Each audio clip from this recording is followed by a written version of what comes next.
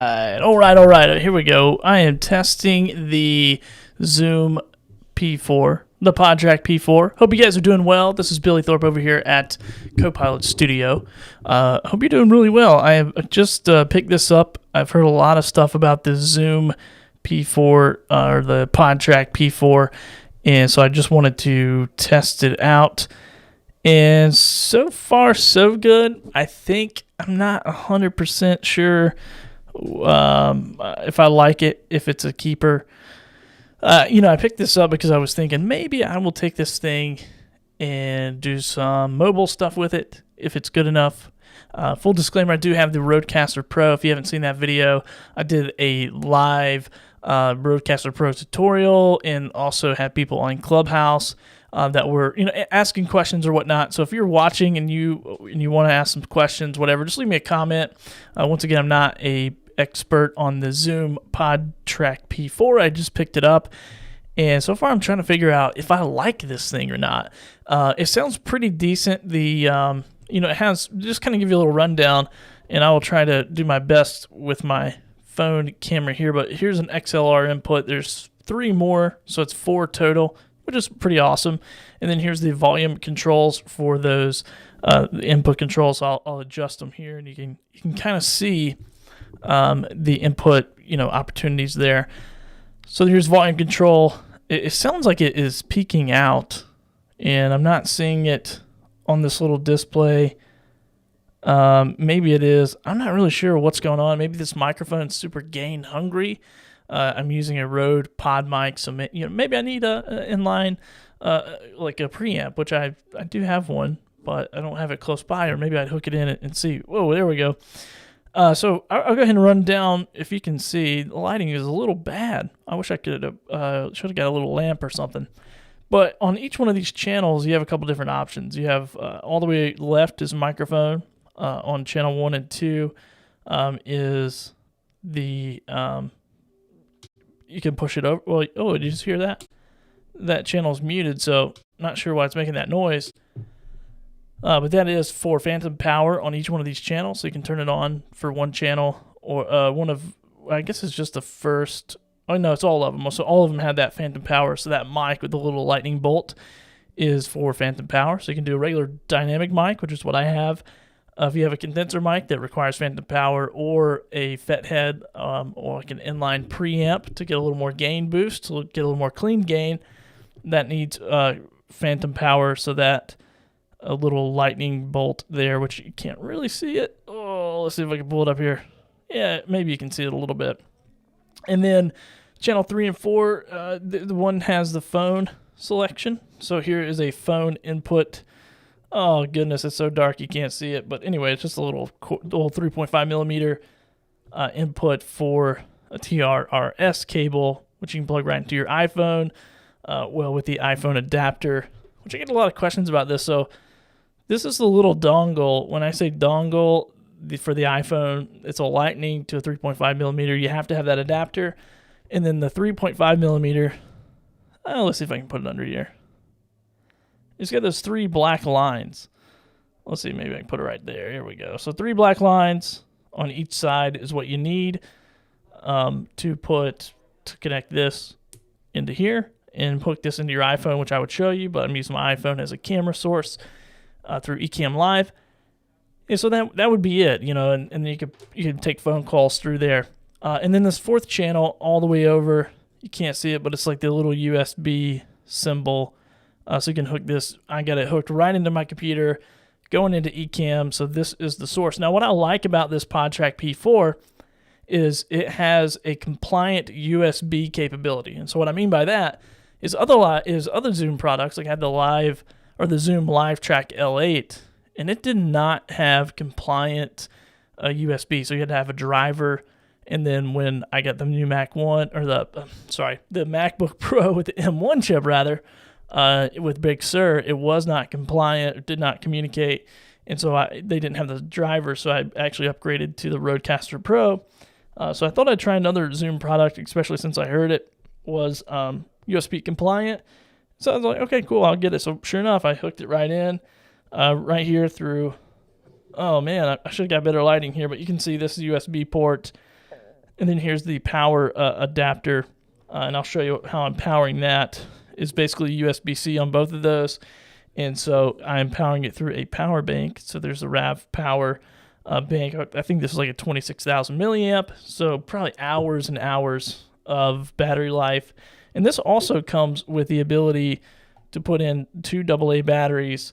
And so I think that's about 4 hours-ish, 4 or 5 hours, 6 hours, maybe even 8 hours, I think, of battery life. So the cool thing is you can do one of these power blocks, put your AA batteries in there. If you run out of time, if you get one this big and you're talking for 20 hours, then it'll run that battery dead. Then it will go to the AA batteries, which is pretty cool. And so that's kind of how it's powered. Here is the mute and unmute channels, so you can mute and unmute these. And this USB, what I like about this USB and the phone is they both have mix minus capabilities. So what that means is, for the phone, it comes standard.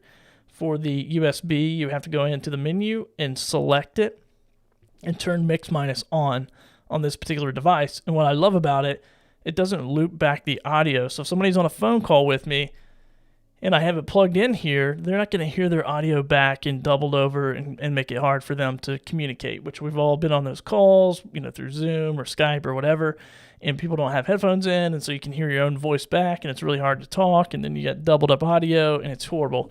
This eliminates that loop back. So that's what I really like about this device too, is both of these have mix minus options to turn them on. I know the computer or the USB mix minus, you have to turn it on in the menu as well. And then the next thing we have some sound pads. Let's see what this one sounds like. Got some laughter going on there. We'll see. So you can program 4 different sound pads into that if that's something you're into. And I know you can't really see the screen, but you do have a meter here where you can see the audio jumping up and down. Here's the menu button where you can go in and control different files, sound pad, mic settings. And this mic settings, man, I did not do a good job lighting this thing, I will have to admit. But I just want to do like a quick overview and really just test this thing to see what the audio sounds like, doing it live through my computer, through Ecamm Live. So there's a menu, you can toggle through this. You have your files, your sound pads, your mic settings, file transfer, general settings. Not too bad of an option menu. I mean, to be so small, this thing is literally, like almost would fit it in the palm of my hand. Like this is my, average size man hand. It's like, it is small. Like, I'm grabbing it. It's just insane, especially compared to my Rodecaster Pro, which is, like two or 3 times as big as that. So that kind of gives you an idea of this size difference. So if you were traveling and you were, you needed something, you got 1 microphone or 2 microphones and you need something to travel with, this is perfect. This fit right in your laptop bag or whatever. So just a really cool, size. I love the size of it. The quality of the preamps on it, not my favorite, especially compared to the Rodecaster Pro. However, this is a $200 product versus a $600 product, so that makes sense. And Rodecaster, just phenomenal at making, making products, but making those preamps. So not the greatest preamps. You might have to send it off to your editor or edit out, especially if you're using it for podcasting, some noise, which I'm curious to go back and listen because there is some white noise in my headphone jack. Not a lot, but enough for me to be annoyed by. So that might, and there's, once again, I'm not comparing this to the Rodecaster, but if I were, there's, compressors and noise gates and things like that this doesn't have. But once again, for the price, kind of just phenomenal. And so here's the volume knob for these 4 pads, which is pretty cool. And then let's see what else we have. So yeah, the menu, I wish I could get into the menu. I wish you could see the menu rather.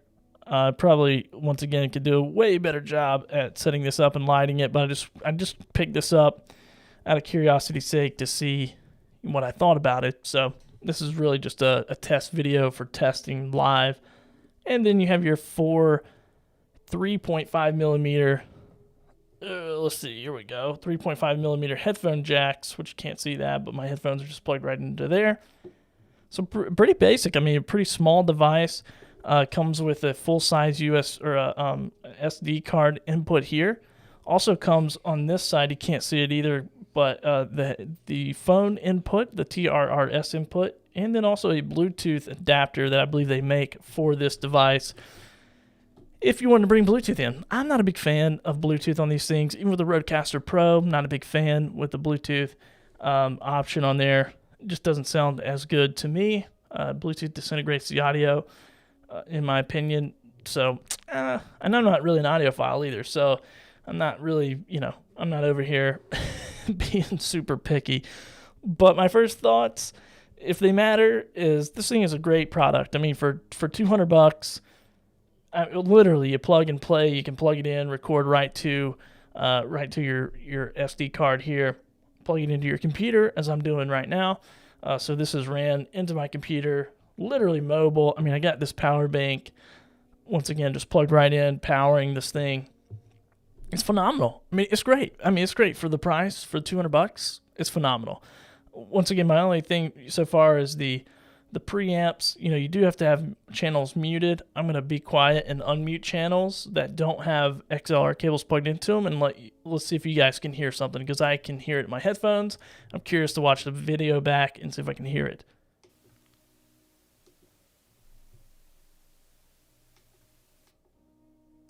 Especially on that channel 2. For whatever reason, that one is really making some noise. So let me turn the volumes all the way down and then see if it makes some noise here. No, okay, so okay, cool. So if you crank the volume of an empty channel, then it's going to make the noise. I don't know if that's regular, on my Rodecaster, I think I've left the volume up on different channels and didn't really make a big difference, but, whatever, we'll see. I mean, so far this is good.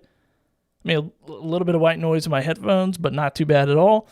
Yeah, so maybe that was one of my biggest complaints, but maybe just mute the mics you're not using. That makes total sense, or the channels you're not using. So anyway, guys, hopefully that is very helpful for you. If you're looking for an interface / a mobile recording device, then this seems to be a really good fit for that. Now that I've learned that if I just mute the channels, it definitely takes out a bunch of noise and a bunch of racket in my ears. Who knows? I might hold on to this thing. But anyway, go check it out. It's I bought this one at a local Best Buy. And once again, really just to see what it was all about and do a video and maybe use it for mobile stuff. I may hold on to this thing. I don't know. I'll let you know if I do. I'll let you know if I don't, or if I find something else. But anyway, guys, thank you so much for hanging out with me. I don't have any of my music queued up on this thing. Oh, maybe I can play it on here.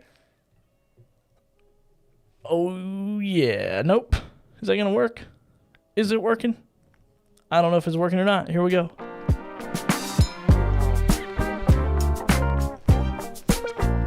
All right. I'll stop being nerdy. I'll see you guys on the next episode of How to Live Stream and Podcast. This is our YouTube version of it, but you can also check out our podcast where I share more podcasting tips and tricks over there. But yeah, if you need a live stream audio device, if you need a podcasting device to capture your audio, I believe this will be a great fit for you. We'll see you in the next one.